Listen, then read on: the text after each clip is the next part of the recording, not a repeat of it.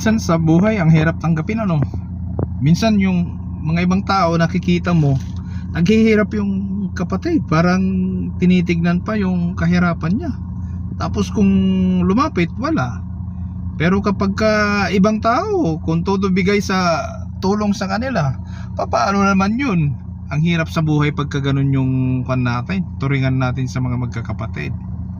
Ang magkakapatid kasi dapat minsan kung medyo yung ating commander, ini-explain natin. Kung hindi pa rin, siyempre magbigay din tayo ng mga konting palihim na tulong at remedyo para sa ating mga kapatid, di ho ba?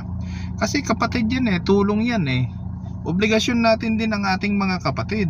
Huwag yung solo-solo lang sa buhay, kasi kaya nga tayo tinawag na magkakapatid Kaya nga may mission yung buhay natin Ang buhay ay kailangan nagtutulungan. No man is an island, ika nga God bless po.